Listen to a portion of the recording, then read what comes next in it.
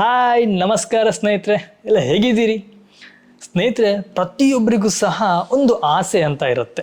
ನಾನು ಹೊಸದಾಗಿ ಒಂದು ಕಾರ್ ತೊಗೋಬೇಕು, ಹೊಸದಾಗಿ ಒಂದು ಬೈಕ್ ತೊಗೋಬೇಕು ಅಂತೇಳಿ. ನಿಮ್ಮೆಲ್ಲ ಗೊತ್ತಿರ್ಬೋದು, ನಾನು ಕಳೆದ ವಿಡಿಯೋದಲ್ಲಿ ಸಹ ಅಪ್ಡೇಟ್ ಮಾಡಿದ್ದೆ. ನನ್ನ ಹಳೆಯ ಗಾಡಿನ ನಾನು ಸೇಲ್ ಮಾಡಿದೆ, ಹೊಸ ಗಾಡಿ ತಗೋಬೇಕು, ಬುಕ್ಕಿಂಗ್ ಸಹ ಮಾಡಿದ್ದೀನಿ. ಆದರೆ ಲೋನ್ ಪ್ರೊಸೆಸ್ ಸ್ವಲ್ಪ ಪೆಂಡಿಂಗ್ ಇತ್ತು. ಹಾಗಾಗಿ ಲೋನ್ ಪ್ರೊಸೆಸ್ ಮಾಡುವ ಅಂತೇಳಿ ನಾನು ಇವತ್ತು ಹೋದಾಗ ನನಗೆ ಕೆಲವೊಂದು ಸಂಗತಿಗಳು ಅರ್ಥ ಆಯಿತು. ನಾವು ಎಲ್ಲಿ ತಪ್ಪು ಮಾಡ್ತಾ ಇದ್ದೀವಿ ಅನ್ನೋದು, ಅದು ನಿಮ್ಗೆ ಸಹ ತಿಳಿಸೋಣ. ನನಗಾದಂಥ ನಷ್ಟ ನಿಮ್ಗೆ ಆಗಬಾರ್ದು ಅನ್ನೋದು. ಆ್ಯಕ್ಚುಲಿ ನನಗೆ ನಷ್ಟ ಅಂತ ಆಗಲಿಲ್ಲ, ನಾನು ಹೋಗಿ ಸ್ವಲ್ಪ ಅದರ ಬಗ್ಗೆ ತಿಳ್ಕೊಂಡಿರೋದ್ರಿಂದ ನನಗೆ ಯೂಸ್ ಆಯಿತು. ಸ್ನೇಹಿತರೆ, ನಾವು ಒಂದು ವೆಹಿಕಲ್ ತಗೊಳ್ಳುವಾಗ ನಾವು ಲೋನ್ ಹಾಕ್ತೀವಿ. ಆ ಲೋನಿಗೆ ನಾವು ಇಂತಿಷ್ಟು ಅಂತೇಳಿ ಒಂದು ಇಂಟ್ರೆಸ್ಟ್ನ ಕಟ್ತೀವಿ. ಆ್ಯಕ್ಚುಲಿ ಇಂಟ್ರೆಸ್ಟಲ್ಲಿ ಎರಡು ವೆರೈಟಿ ಇದೆ. ಒಂದು ರೆಡ್ಯೂಸ್ ರೇಟ್ ಇಂಟ್ರೆಸ್ಟ್ ಅಂತೇಳಿ, ಇನ್ನೊಂದು ಫ್ಲ್ಯಾಟ್ ರೇಟ್ ಅಂತೇಳಿ. ನಾನು TVS ಗಾಡಿನ ಬುಕ್ ಮಾಡಿದ್ದು, ಬಟ್ ಇದಕ್ಕೆ ಫೈನಾನ್ಸ್ ಮಾಡುವಂಥವ್ರು ಕೂಡ TVS ಅವರು ಆಗಿದ್ದಾರೆ. ನಾನಲ್ಲಿ ಹೋಗಿ ಲೋನ್ ಬಗ್ಗೆ ಕೇಳ್ತಿರುವಾಗ ನಾನು ಸ್ವಲ್ಪ ಲೋನ್ ಅಮೌಂಟ್ ಎಲ್ಲ ನಾನು ಹೇಳಿದೆ, ಇಷ್ಟಿಷ್ಟು ನಂಗೆ ಲೋನ್ ಬೇಕು ಅಂತೆಲ್ಲ ಹೇಳಿ. ಆಲ್ರೆಡಿ ನಾನು ಮನೇಲಿ ಕ್ಯಾಲ್ಕುಲೇಟ್ ಮಾಡಿ ಹೋಗಿದ್ದೆ. ನನಗೊಂದು EMI ರೇಟ್ ಬಂತು. ಬಟ್ ಅಲ್ಲಿ ಹೋಗಿ ನಾನು ಕ್ಯಾಲ್ಕುಲೇಟ್ ಮಾಡಿದಾಗ ಅವರ EMI ರೇಟ್ ಬೇರೆ ಇದೆ. ಆ EMI ಕಟ್ಟುವಂತಹ ಮಂತ್ಲಿ ಏನು ಇನ್ಸ್ಟಾಲ್ಮೆಂಟ್ ಬರುತ್ತೆ ಅದು ರೇಟ್ ಜಾಸ್ತಿ ಇದೆ. ನಾನು ಕೇಳಿದೆ, ಯಾಕೆ ಹೀಗೆ ಬರ್ತುಂಟು, ಇದರಲ್ಲಿ ಆ್ಯಕ್ಚುಲಿ ಇಷ್ಟು ಬರ್ತುಂಟು, ಮತ್ತು ನೀವು ಇಷ್ಟು ಹೇಳ್ತಿದ್ದೀರಲ್ಲ ಅಂತೇಳಿ ನಾನು ಕೇಳಿದಾಗ ಅಲ್ಲಿ ಒಂದು ನನಗೆ ವಿಷಯ ಗೊತ್ತಾಯಿತು. ಆ ವಿಷಯನ ನಿಮ್ಗೆ ನಾನು ಹೀಗೆ ಹೇಳೋದಕ್ಕಿಂತ ನಿಮ್ಗೆ ನಾನು ತೋರಿಸ್ತೀನಿ ಸಿಸ್ಟಮಲ್ಲಿ ತೋರಿಸ್ತಾ ನಿಮಗೆ ಕ್ಲೀನಾಗಿ ಅರ್ಥ ಮಾಡಿಸ್ತೀನಿ. ಓಪನ್ ಮಾಡಿ ಇಟ್ಕೊಂಡಿದ್ದೀನಿ. ನಾನಿಲ್ಲಿ ಎರಡು ರೀತಿದ್ದು, ಒಂದು ಫ್ಲ್ಯಾಟ್ ರೇಟು, ಇನ್ನೊಂದು ರೆಡ್ಯೂಸಿಂಗ್ ರೇಟು. ನಾನು ನಿಮಗೆ ಸಿಸ್ಟಮ್ನ ಕರೆಕ್ಟಾಗಿ ತೋರಿಸ್ತಾ ಇನ್ಫಾರ್ಮೇಷನ್ನ ಕೊಡ್ತಾ ಹೋಗ್ತೀನಿ.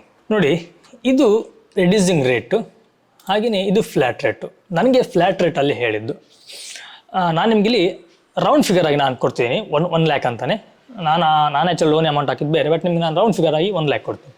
ನೋಡಿ, ಇಲ್ಲಿಗ 1 ಲಕ್ಷದ ನಾನು ಲೋನ್ ಅಮೌಂಟ್ನ 3 ವರ್ಷ ತಗೊಂಡೆ ಅಂತ ಇಟ್ಕೊಳ್ಳಿ. Flat interest rate 9%. ಇದು ನಾವು ಕ್ಯಾಲ್ಕುಲೇಟ್ ಮಾಡಿದಾಗ 1 ಲಕ್ಷ ನಾನೀಗ ಲೋನ್ ತಗೊಂಡ್ರೆ 3 ವರ್ಷ ಡ್ಯೂರೇಷನ್ ಹಾಕಿದ್ದೀನಿ. ಫ್ಲ್ಯಾಟ್ ರೇಟ್ ನೋಡಿ, ಟೋಟಲ್ ಇಂಟ್ರೆಸ್ಟ್ ಎಷ್ಟು ಬಂತು? 27,000. ನಾವು 3 ವರ್ಷಕ್ಕೆ 27,000 ಕಟ್ಟಬೇಕು. ಅಂದರೆ ಪ್ರತಿ ವರ್ಷ 9,000 ನಾವು ಕೇವಲ ಇಂಟ್ರೆಸ್ಟ್ನ ಕಟ್ಟಬೇಕು.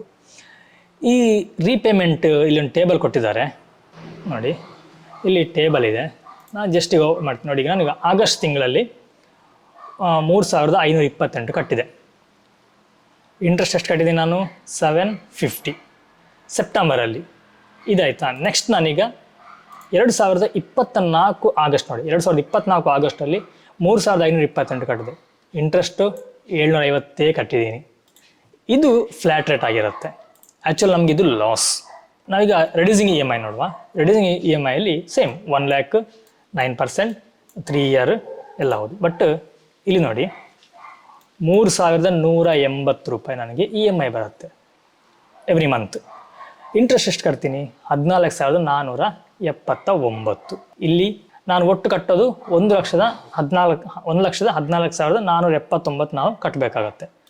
ಬಟ್ ಇದರಲ್ಲಿ ಎಷ್ಟು ಕಟ್ಟಬೇಕು? 1,27,000. ಎಷ್ಟು ಡಿಫ್ರೆನ್ಸ್ ಇದೆ?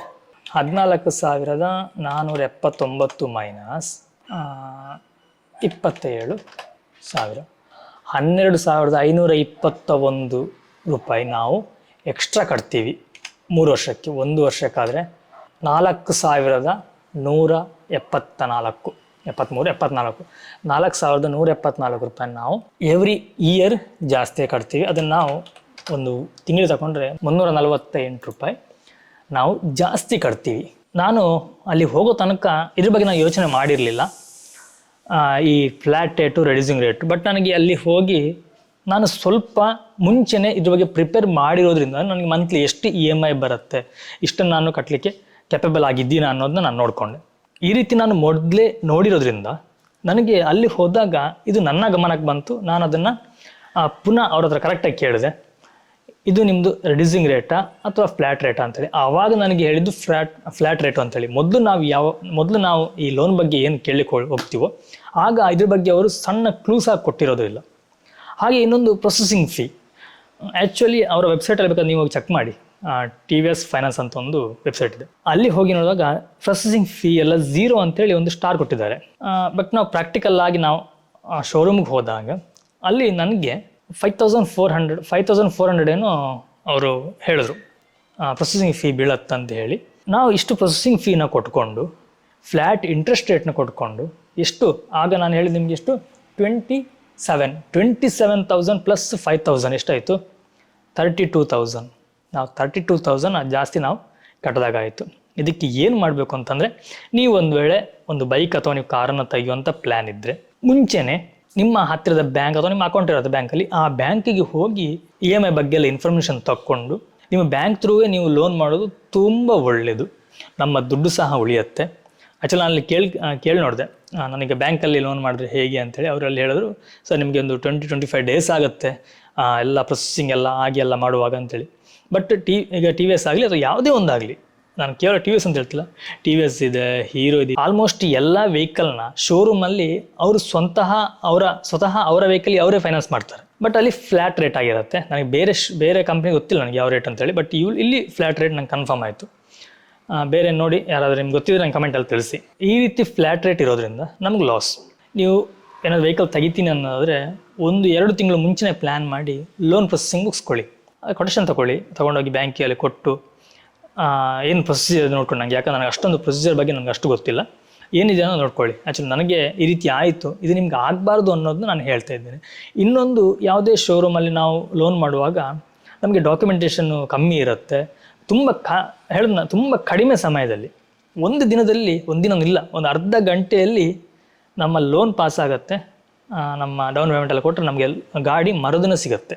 ನಾವೇನು ಮಾಡ್ತೀವಿ, ತುಂಬ ಈಸಿ ಆಗುತ್ತೆ ಅನ್ನೋದಕ್ಕೋಸ್ಕರ ಈ ಇಂಟ್ರೆಸ್ಟ್ಗಳ ಬಗ್ಗೆ, ಈ ಇಂಟ್ರೆಸ್ಟ್ ರೇಟ್ ಬಗ್ಗೆ ಆಗಲಿ ಅಥವಾ ಯಾವುದೇ ಒಂದು ಬೇರೆ ಚಾರ್ಜಸ್ ಬಗ್ಗೆ ನಾವು ತಲೆನೇ ಕೆಡಿಸ್ಕೊಳ್ಳೋದಿಲ್ಲ. ನಮ್ಮ ಫೋಕಸ್ ಇಷ್ಟ ಇರುತ್ತೆ, ಗಾಡಿ ಬಂತು, ನಾನು ಇಷ್ಟು EMI ಕಟ್ಟಬೇಕು ಅಂತೇಳಿ. ಆ EMI ಹೇಗೆ ಕ್ಯಾಲ್ಕುಲೇಟ್ ಆಯಿತು, ತಿಂಗಳಿಗೆ ಎಷ್ಟು ಇಂಟ್ರೆಸ್ಟ್ನ ಕಟ್ತೀನಿ, ಟೋಟಲಾಗಿ ನಾನು ಎಷ್ಟು ಇಂಟ್ರೆಸ್ಟ್ನ ಕೊಟ್ಟಾಗುತ್ತೆ ಅನ್ನೋದನ್ನು ನಾವು ತಲೆನೇ ಕೆಡಿಸ್ಕೊಳ್ಳೋದಿಲ್ಲ. ಇದೊಂದು ಇನ್ಫಾರ್ಮೇಷನ್ ನಿಮ್ಗೆ ಇರಲಿ ಅಂತ ಹೇಳಿ ತಿಳಿಸ್ತಿದ್ದೀನಿ ಅಷ್ಟೇ. ಇದೇ ರೀತಿಯ ಮಾಹಿತಿನ ಆವಾಗ ಕೊಡ್ತಾ ಇರ್ತೀನಿ. ಹಾಗೆಯೇ ನಾಡ್ದು ಸೋಮವಾರ ನಾವು ಹೊಸ ಬೈಕ್ನ ಡೆಲಿವರಿ ಸಹ ಇದೆ, ಅದರ ಅಪ್ಡೇಟ್ನ ಸಹ ನಿಮ್ಗೆ ನಾನು ಕೊಡ್ತಾ ಹೋಗ್ತೀನಿ. ಓಕೆ, ನಾನು ನಿಮಗೆ ಮುಂದಿನ ಒಂದು ವಿಡಿಯೋದಲ್ಲಿ ಸಿಗ್ತೀನಿ. ಥ್ಯಾಂಕ್ ಯು, ಬಾಯ್, ನಮಸ್ಕಾರ.